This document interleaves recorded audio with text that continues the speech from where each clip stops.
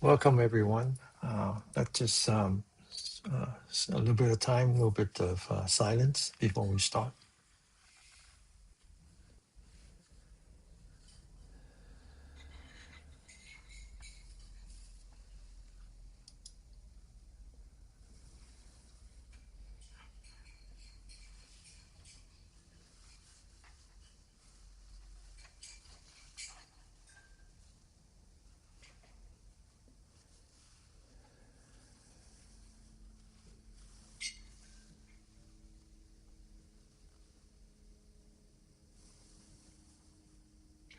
Good evening, everyone. Welcome to Venerable De Hong. It's been 2 weeks since you came for the English class, right? Because last month was Dr. Yeah, Dr. Yeah. Kwok. Yeah. Okay, so you have an interesting topic. I look forward to hearing that. So Yeah. I'll turn the table over to Okay. you. Thank Thank you. you. Thank you. Good evening, everyone. Um, Let me bring up the PowerPoint. Um, I I thought about different topics, but I came up with this book by Dr. Viktor Frankl. Some of you might have heard of him. He was held in the Nazis concentration camp for, I think, approximately 3 years.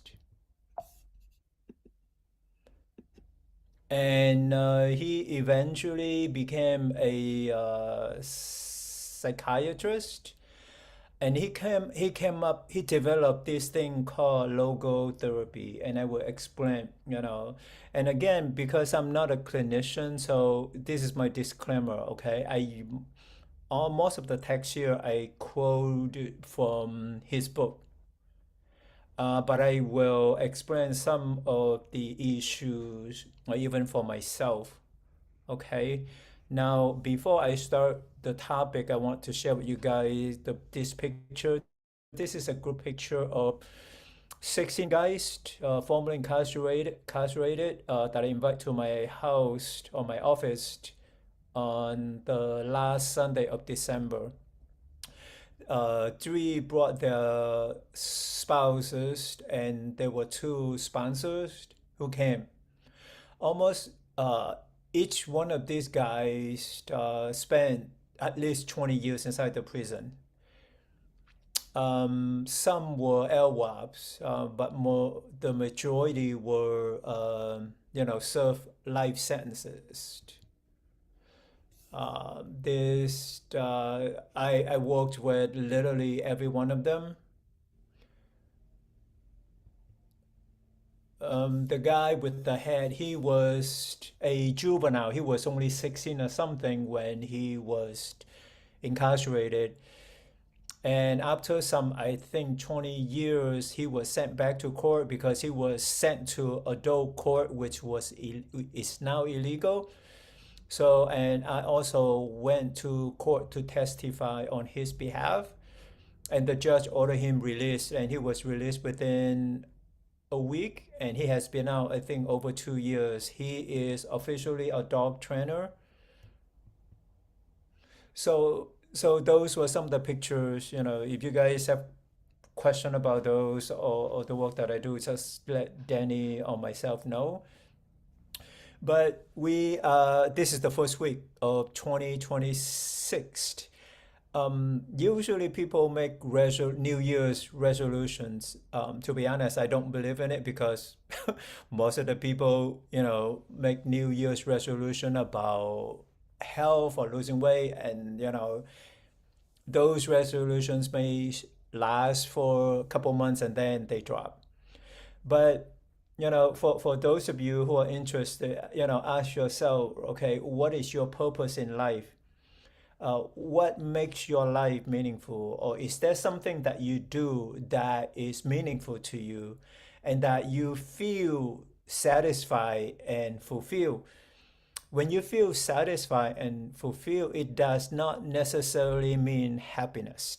Keep that in mind, because happiness is different than satisfaction or fulfillment, even meaningful. So I use myself as an example. Again, I'm not bragging, but um, this is my purpose and meaning in life. When by the time I was 9 years old, I was told I was forced to do a lot of house chore. I learned how to cook using woods, and if I burn it, I would get yelled at. I also start to take care of my little sister after she was born a month, because my mom had to work, and when I got home from school, I took over the duty to take care of my little sister. And it went on for, and then there were two more sisters that followed. So that was my life from 9 to 18 years old. And don't forget that when I was 5 years old, I ran away. My family and we ran away from the U.S. bombing between the U.S. military and the Vietnamese Communist government, because they were getting so close to the city of Saigon. And also on top of the abuse that I suffer at home. Okay. So that was so my role, my purpose in life at the time was to take care of my siblings, to help out my parents, regardless. At the same time, I also had to go to school. And then after that, when I turned 18, I left Vietnam and spent some 15 months in the refugee camp. There wasn't a whole lot that I could do. And then eventually I landed in Cleveland, Ohio, November of 1982. I managed to finish high school, college. I graduated from Case Western Reserve University with a Bachelor of Science in Electrical Engineer. And then I also managed to get my Master in Electrical Engineer and my MBA. And at the same time, I worked full time from Monday to Friday, 40 hours a week. I also worked Friday night, Saturday night at the restaurant, and then Saturday and Sunday, the whole days, I worked at a hair salon. I didn't know how to do a haircut, but I was cleaning, helping, sweeping the floor. And I managed to get my family over from Vietnam by myself to Cleveland in December of 1991. So my purpose at the time was to bring my family over. Then when they came over, because when at the time to me Buddhism was just, I kept going to the temple, doing some chanting, asking to be united with my family. And after they came, I kept like, okay, what was next? Nothing. I couldn't come up with anything, so I quit going to the temple. So I lost my life, in a sense, lost the meaning. And in 98, I switched over from a project manager to software, which my software is software, but my job was basically, my duties were basically answering phone calls, and it was hell. And because, they combine hardware and software, I had to do both. Anyway, I was so stressed that I screamed. I was like, I yelled in the office. We had cubicles. I should have posted a picture of my cubicle, but maybe next month. But my boss, my supervisor, called me a walking time bomb. That's to tell you. But it was so stressful. And I started to look into Buddhism in 2001 to 2003. I read books by the Dalai Lama and Thich Nhat Hanh, but reading did not mean anything because I did not know how to meditate. So, but eventually, one thing led to another. I ran into a Buddhist nun and I became a monk in 2006. Since then, I got a degree I had an MA and PhD in Buddhist studies, in Chinese Buddhism. Now, what has been meaningful and fulfilling to me is my prison work in the California state prisons since 2013, unpaid. But I'm forever grateful because the work helped me to process most of my trauma. So I'm still, so to me, what is meaningful, what is satisfying is to volunteer in the prison to help people who suffer so much and continue to suffer. They suffer before they were incarcerated, and they continue to suffer. So that was a bit of my example. Danny, I'll let him share his purpose and also his goal, perhaps. And one day, I guess I will let Joanne talk about her example, because besides being a wife and a mother to two sons, she is a professor. She's the chair of the psychology department at University of the West. She volunteers in two different nonprofits. So and she said, your work is not enough. You need to do more in order to find meaning in your life. So anyway, so this is the cover of the book, and this is a picture of the late Dr. Viktor Frankl. Just a bit of him. He spent 3 years in the concentration camp. I forgot I didn't Google what year. He passed away in 1997. He wrote quite a few books. When he was held in concentration camp, what he had to endure was to watch people being sent to the gas chamber, and that was traumatizing. So anyway, logo here in Greek means meaning. And in terms of therapy or psychotherapy, this is logotherapy means meaning-centered psychotherapy. That when you go to this kind of psychotherapy, the therapist will ask you, or they will listen, and they will try to make sense or ask you questions or pose questions to you about what you had to endure, or try to find meaning in your suffering, in your stress, be it at work, be it at home, or with your spouse, or other relationships. That is logotherapy. And the difference between psychoanalysis and logotherapy is that in psychoanalysis, the patient must lie down and tell everything, even though sometimes it's difficult to tell. But in logotherapy, the patient remains sitting, and he or she must listen or hear the things that they don't necessarily agree. So that's the difference. He used the term patient, but I think I prefer to use the term client. So anyway, so logotherapy was considered the third Viennese school of psychotherapy, because it focused on the meaning of human existence and the person's search for such meaning. The primary motivational force in men, of course, women. And here he said, it's a will to meaning. And it's also that meaning must be fulfilled by that person alone. And when you try to find meaning, sometimes you couldn't find it. Then it became existential frustration, meaning that existence itself for us is the mode of being human.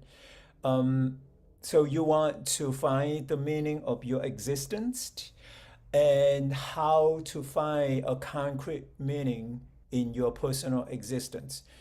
And the thing to keep in mind is that this existential frustration can lead to neurosis. And he came up with this term, neurogenic neurosis. Nous here means mind, which is basically a mind disorder. And basically it comes from a loss of meaning and purpose in life. Let's say someone who was stressed out from work, who was probably divorced, then that person may suffer a loss of meaning, and they may also suffer this existential vacuum, meaning a sense of emptiness and meaningless. and Dr. Franco said despair is suffering without meaning. So, those of you out there, um, try to find, if you are in that sort of situation, talk to somebody, talk to a group, talk to people. And here you also, the neurological neurosis might manifest the very same symptoms of anxiety or depression as psychological neurosis does. Um, the person may be lethargic, won't get out of bed, won't eat. So be mindful. And he cited an example of an American diplomat who was not happy with his job because he found it difficult for him to comply with the American policy, assuming that this person was in Europe, because Dr. Van Gogh was based in Europe. And he went to an analyst who told him to reconcile with his father because he had issues with his father. And the thing, because of his job, the US government and his superiors were nothing but images of his father. And so he hated his job. And after 5 years, working with this analyst, he came to accept the analyst's interpretations. And he went to, and that was how it led him to have some interviews with Dr. Franco. He actually, instead of reconciling with his father, he quit his job and found another job. And he felt better. In a sense, Dr. Franco said he didn't need any psychotherapy, not even logotherapy. He was not a patient because he was not satisfied with his job. It could be that he suffered from trauma or something from his father. So, and the thing to keep in mind, not every conflict or stress is necessarily neurotic. And he said for us, some amount of conflict or pressure is normal and healthy. And so suffering is not always a pathological phenomenon. Suffering may well be a human achievement, because it grew out of existential frustration. Um, Even when you think about stress for all of us, here's the thing to keep in mind: stress is either physical or mental.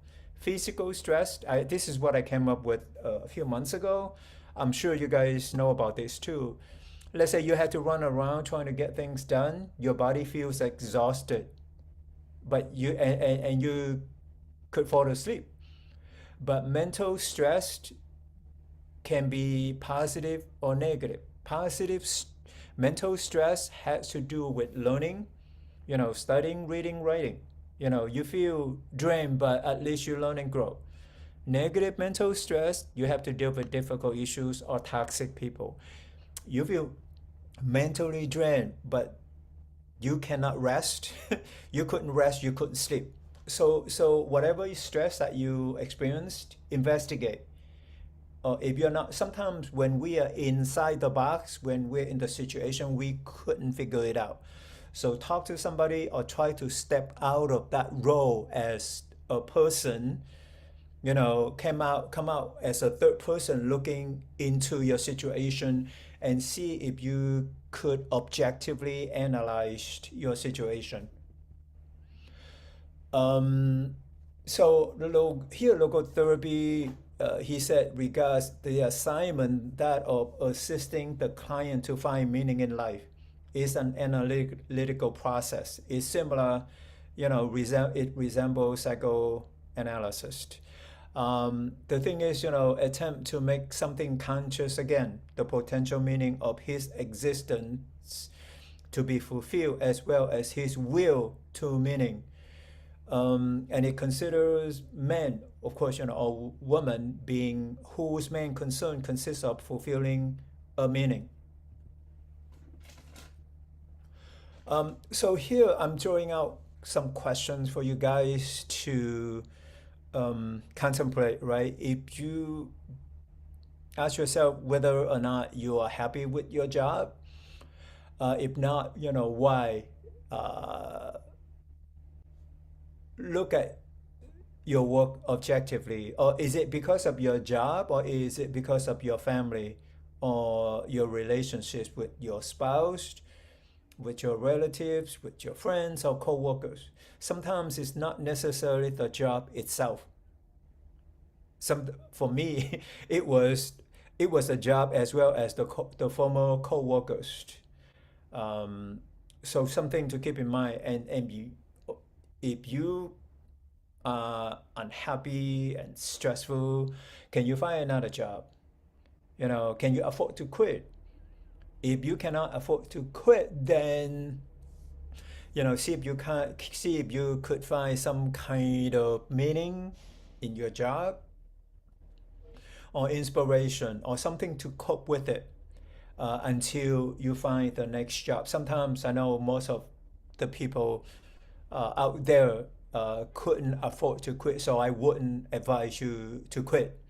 But think about your situation, and also try to look at the big picture, and talk to a therapist, or talk to someone who is experienced, who has a lot of experience in life.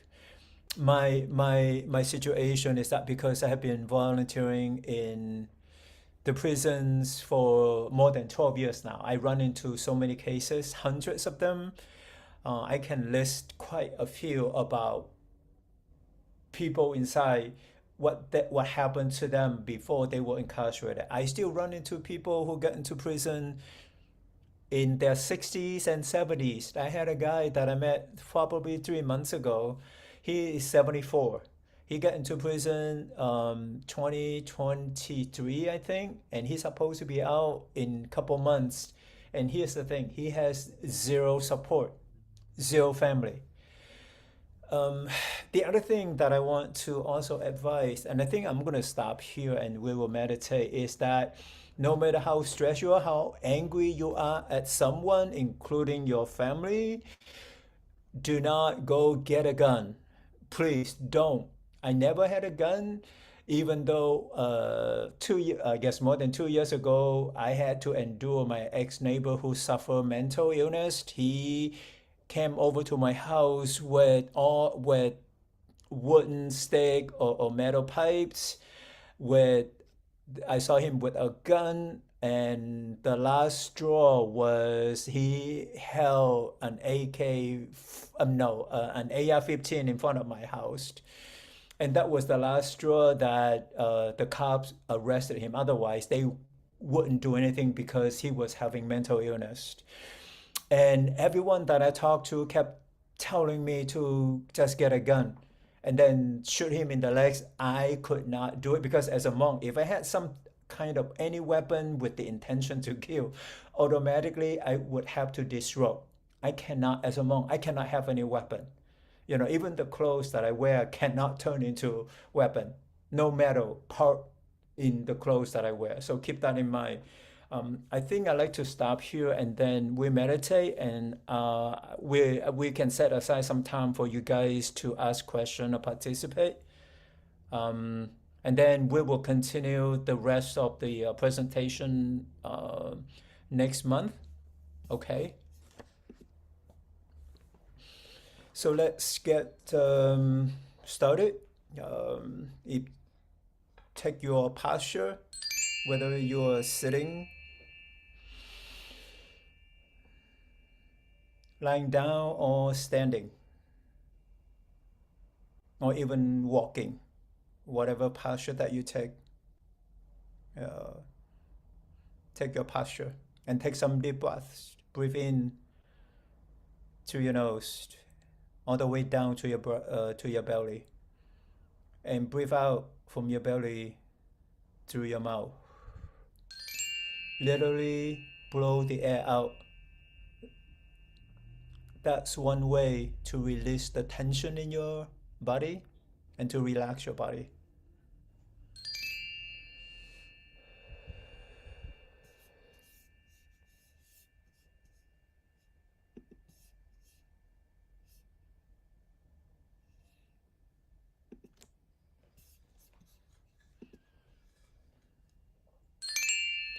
Let go of your thoughts, thinking, planning, fear, worry, everything that has happened to you since this morning, over the weekend, the past week, the past month, let it all go. Let go of your thoughts, thinking and planning, worry, fear. This is one way to temporarily clear your mind and tell yourself that you are safe. Also tell your brain that you are safe. So your brain does not have to be in hypervigilant mode trying to find safety. Allow your brain and your mind to be at rest. If that's possible,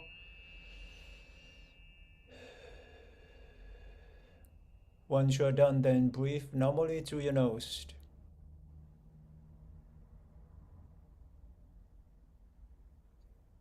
Allow your body to settle. Feel the contact between your posture and the surface of your body, or that your body is sitting on, or standing on the ground, or walking, or lying down. Just feel the contact.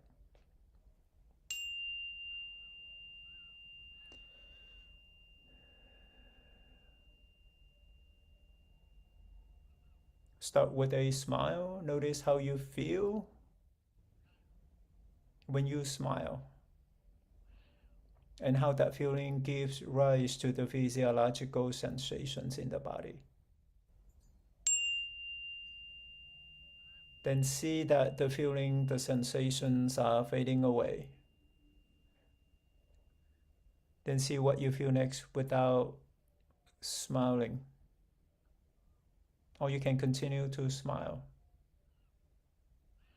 Keep in mind that when you smile, is also considered a mental fabrication, which is okay.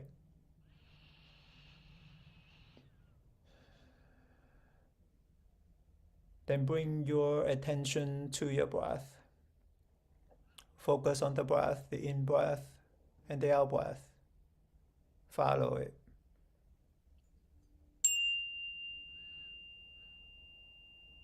When you pay attention to the breath or follow the breath, you actually calm your nervous system, and it triggers the parasympathetic nervous system, which soothes your internal organs, and it brings your nervous system in a state of resting, peaceful flow.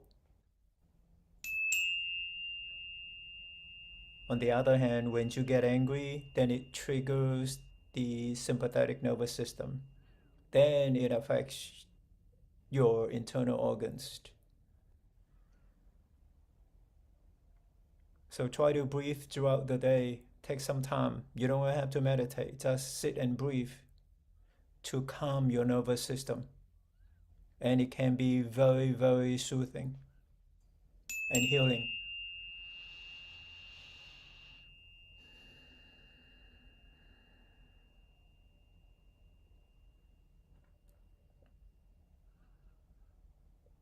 Let's continue with the sense door practice.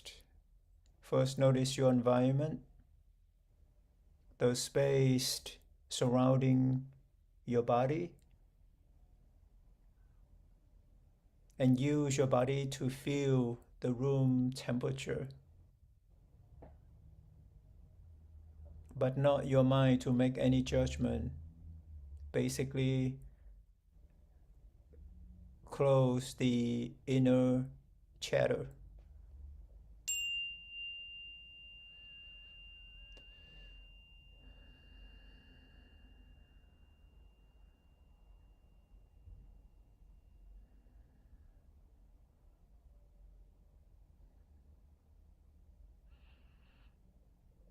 With your awareness, let's check in with your mind, see how busy it is or clear, or is it wandering out of your room? Try to bring it back. Notice your feeling, your emotion, your mood, your attitude. All of this at the moment are not reactive because there isn't anything to react to because you are meditating.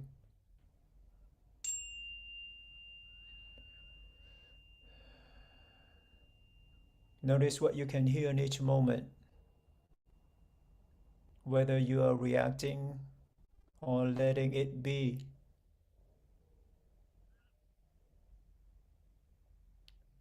Your sense of seeing, smell, and taste. These three senses during meditation are not active because there isn't anything to trigger them. Then your sense of touch in the body. See how the clothes that you wear feel on your body, on the skin, and any tension or physical pain throughout your body.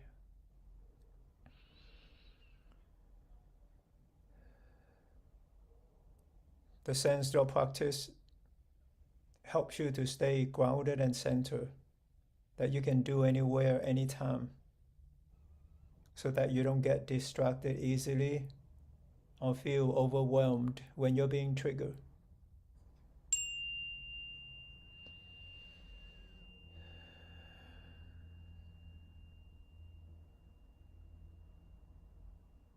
Let's bring your awareness back to the breath. Let's sit back and relax. Allow your thoughts to come up one at a time and let it go. Definitely let go of all the negative self-talks. Statements like, I hate myself, I blame myself for everything, I don't like my look, I don't like me. Flush it out and remind yourself or promise yourself not to say them again, because they take up some mental space in your mind, which in turn occupies some brain cells in your prefrontal cortex.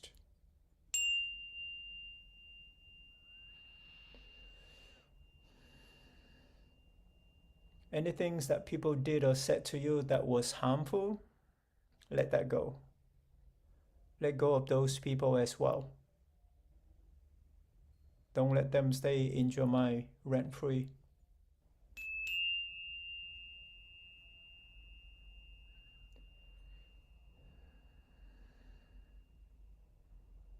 Images of your loved ones, when they appear, put them aside. Don't interact with them during meditation.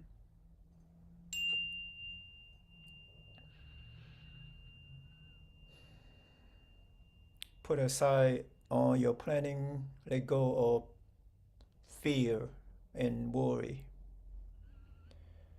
Fear of the future and fear of the unknown lead to anxiety. So try to let go of fear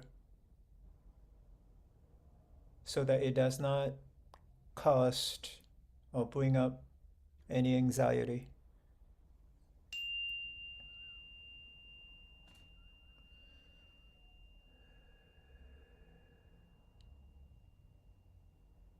See if there's any craving for pleasure through your senses, through your five senses, and the mind is sixth. Thinking about something obsessively could be considered craving. Try to let it go. See if there's any clinging to someone who does not care about you, or relationship that is not working. If you couldn't let it both craving and clinging go, they could cause or have a negative effect on your physical and mental health.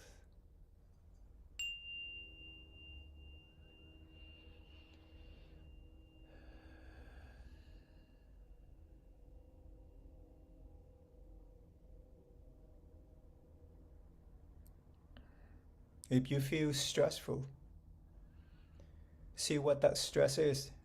Examine it. Is it physical or mental? Physical stress means you have to run around getting things done. Your body feels very tired. Mental stress can be positive or negative. Positive mental stress involves reading, studying, writing, figuring things out. You feel exhausted mentally, but you learn and grow. Negative mental stress has to do with difficult issues or dealing with toxic people. You feel mentally drained and not able to rest or sleep. So you know what your stress is. Again, they are not yours. Stress comes up because of causes and conditions. Know what your stress is and see how you can best manage it or overcome it.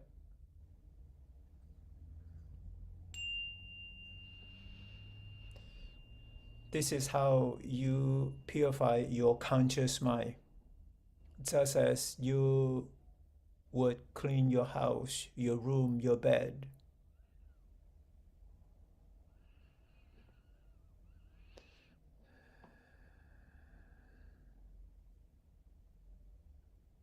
And once you process most of these thoughts, you may notice a pattern of your past thinking with the intention behind it, whether you know it or not. A pattern of your past behavior, how you treated yourself and others, and also the intention behind it, whether you know it or not.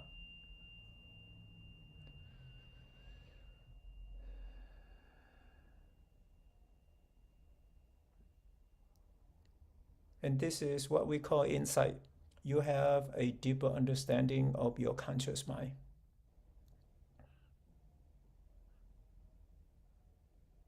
And based on your conscious mind, you want to do what's best for you, your family, and people around you.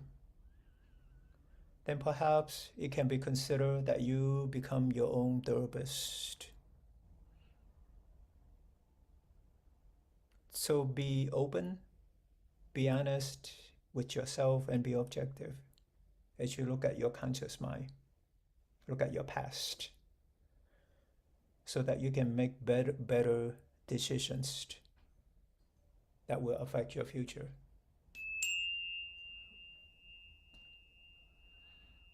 So let's stay with the breath and see what comes up from your conscious mind. You don't have to get involved thinking or anything, just whatever that comes up, acknowledge it and allow it to pass. You can come back to it later after the meditation. If someone keeps popping up in your conscious mind, perhaps someone that you care about, or that someone makes you angry,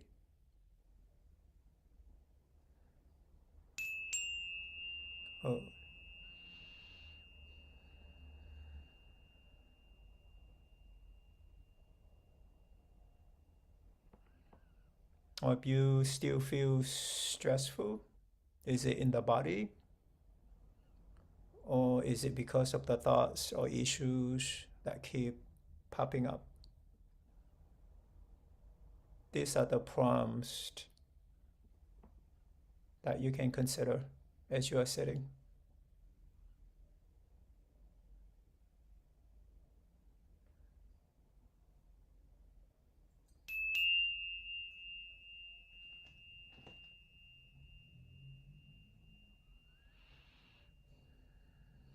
If nothing comes up, which is great, you can just pay attention to the breath and practice concentration.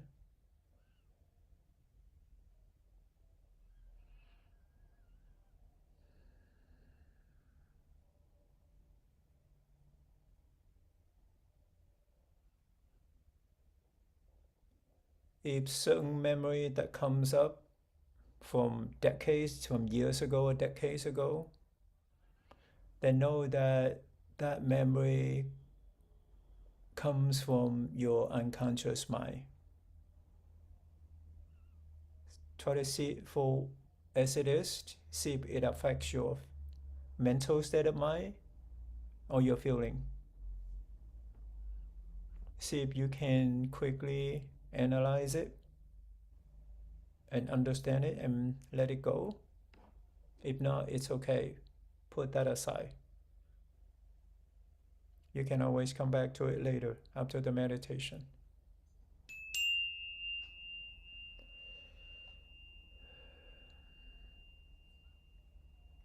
Let's sit in silence for the next 3 minutes. Just sit still.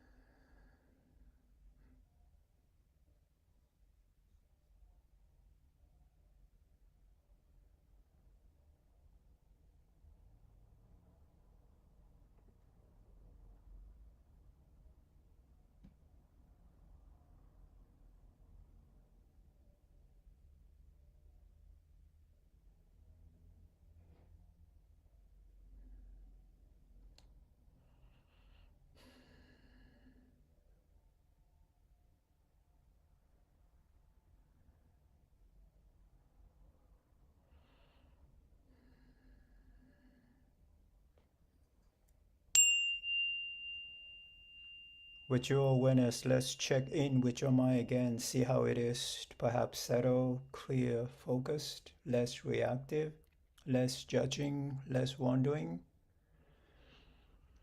Your feeling, your emotion, your mood, your attitude. Notice that these four always, when you're not mindful, affects your thinking and behavior. Notice your body, your posture, and be aware of the qualities of mindfulness or your power of awareness, concentration, patience, and gratitude that you just cultivated.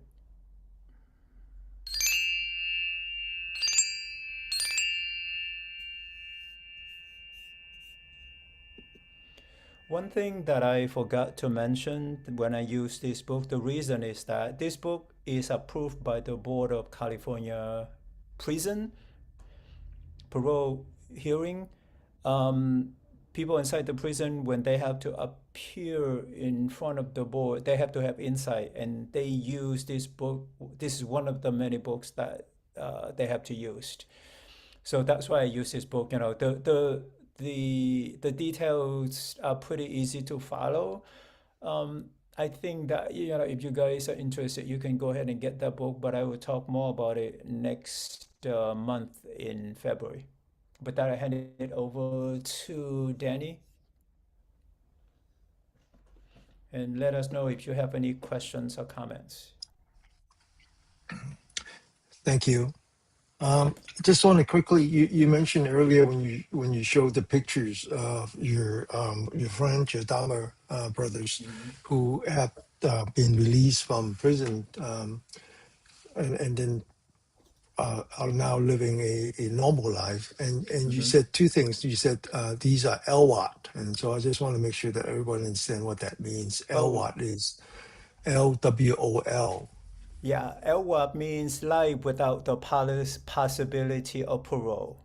It Yeah, means that they commit murder, and that for that they would never get out of prison unless the governor commute their sentence to life sentences. Life sentence means someone, you know, depending on their crime, they may receive 7 to life or 8 to life, and then they are eligible for parole. People with LWAP sentences are not eligible for parole unless until the governor commute their sentences. yeah, and their sentence commute for a variety of reasons, and one of the most common one is that they were probably underage, but they Yeah. were tried as adult, Mm-hmm. and so and so they make the argument that perhaps the sentence was too harsh, Mm-hmm. and because the law has changed, and then also the definition of adult has also changed.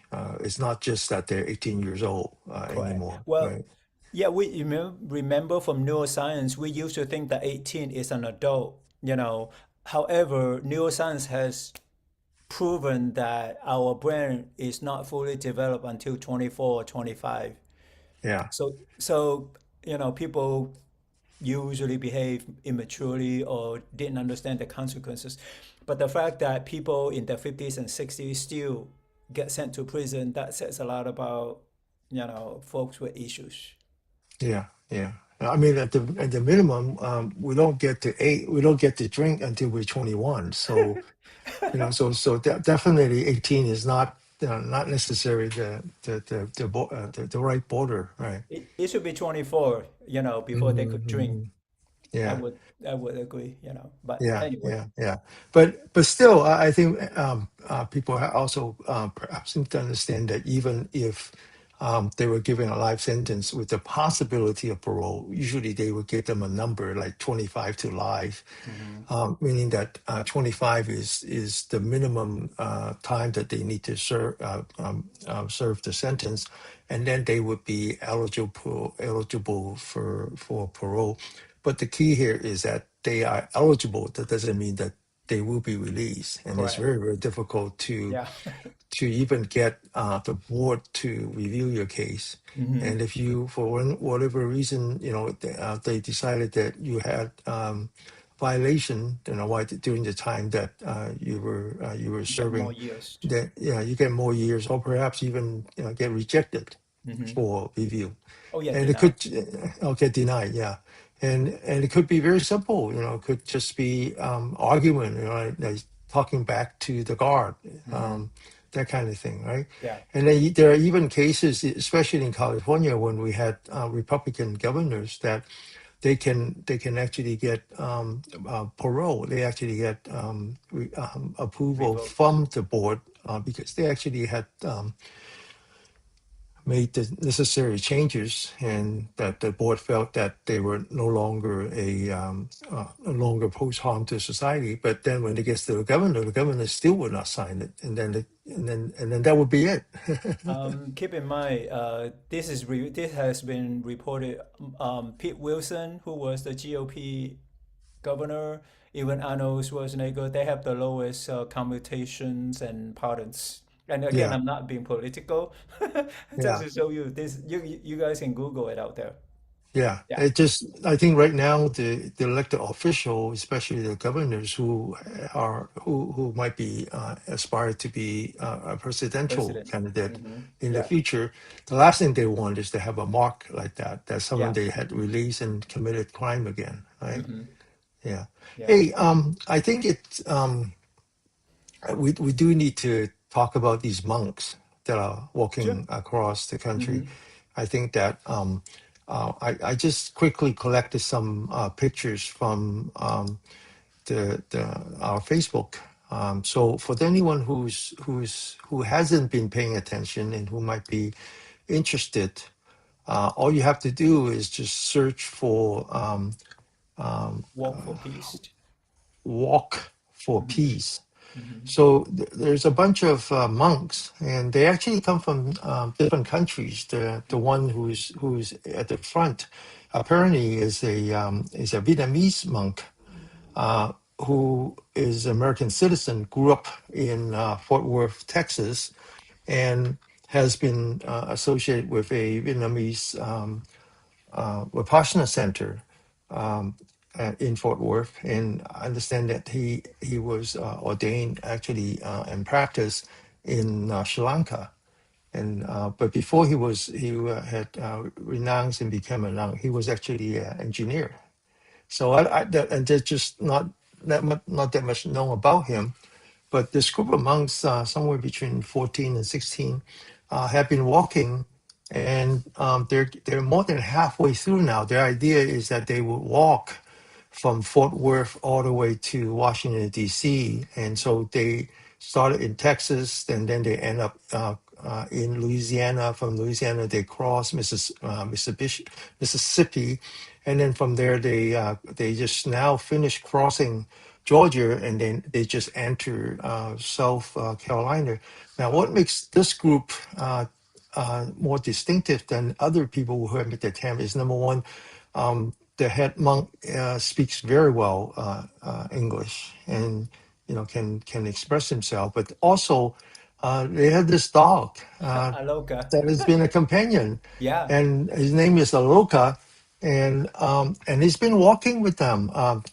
There are times when they felt that it was too much stress on the fur companion, and they put him in their camper, which has been following them, providing medical supports and whatnot. And he actually refused to stay in the camper. He rather walk. And this dog was supposed to be a stray dog that met up with the monks when they were doing the same thing in India. They actually walked 121 days in India, and Aloka was a stray dog. And then somehow they joined up, and they've been together. And what's amazing is that everywhere they go, so here's the dog again. By the way, he gets a new outfit every day. he got free healthcare. He gets free He's a healthcare. lucky dog. There are people waiting to give Yeah, him massage yeah. and And trim him and wash and him. trim him and yeah, give him all kinds of treat. Yeah. But he's very insistent. And what's interesting is that he's actually not just someone who just walks along. If you look at some of the video, he actually walk around the walking monks. Sometimes he gets in front, and then sometimes he gets in back and go to the left or right. He's basically providing security detail for the monks. And then also when they get to a place, he will sniff around and to make sure that there's no danger. So everywhere they go, they're touching people's heart. Yeah. Um, Kids, parents, people of all color. They come and they, they only eat one meal a day, and then Mm-hmm. so they would make two major stops. One is for lunch, and then one is for dinner. In the beginning, they were not that well known, so they were actually sleeping under the moon, in the by the road, have camping in tents, and there were videos that shows them that there was very heavy rain, and so they said they were actually swimming in water inside the tent. But then as time goes on, they end up staying in churches, so they're welcomed by the church community. And then if they happen to go by a temple, they would stay there too. And so they're a good mix. There are Vietnamese Theravada. They're Theravada, what we call Theravada monks. Mm-hmm. Um, and Theravada basically means venerable, I think, right? No, And Teva means the school of elders as opposed to the school of Mahayana. elders, yeah, the elders, yeah. And but they are from Vietnam, they are from Thai, from Laos, from Cambodia, from Sri Lanka, from Mm-hmm. Thai. I raised that from Myanmar. So sometimes it's kind of interesting because their common language is actually English, Yeah. and so it's a very very very interesting opportunity, I think, for all of us to really learn about the fundamental teaching of Buddha. Correct. Um, and they have a very simple message. The simple message is that physical suffering doesn't need to be mental suffering, doesn't need to masterize into mental suffering. Yeah. And actually, and then the other simple message is that multitasking is actually the trigger points for suffering, because human beings, actually all beings, are not capable of multitasking. We are Mm-hmm. only No. capable of single tasking. Mm-hmm. And so when you say you're multitasking, it means that you're not even doing one thing Yeah. correctly. And so the message was that just start paying attention. And so the other one I like is when he talks about wisdom, and the opposite of wisdom is ignorance. Mm-hmm. But ignorance is not an insult; it's just a statement of facts. Yeah. And ignorance comes from the word ignore. Mm-hmm. And so he basically said, for all too long we ignore our own existence, Mm-hmm. and it's only by paying attention to our breath and our body, and that we can begin to relieve ourselves from suffering. And then we do that, we focus on ourselves, get inner peace, and then we extend it to our family, get inner peace, and then before we try to change anybody else. It's a very simple message. I mean, Mm-hmm. the root, the fundamental teaching of Buddha, it is that simple. Yeah. Mm-hmm. It is that simple. Yeah. So I incorporate some of the simple message into my Saturday class now. It makes my life easier. Good. Right? Mm-hmm. And then so wherever they go, they would chant. They Yeah. would do the chanting, bless the people, and then give a talk.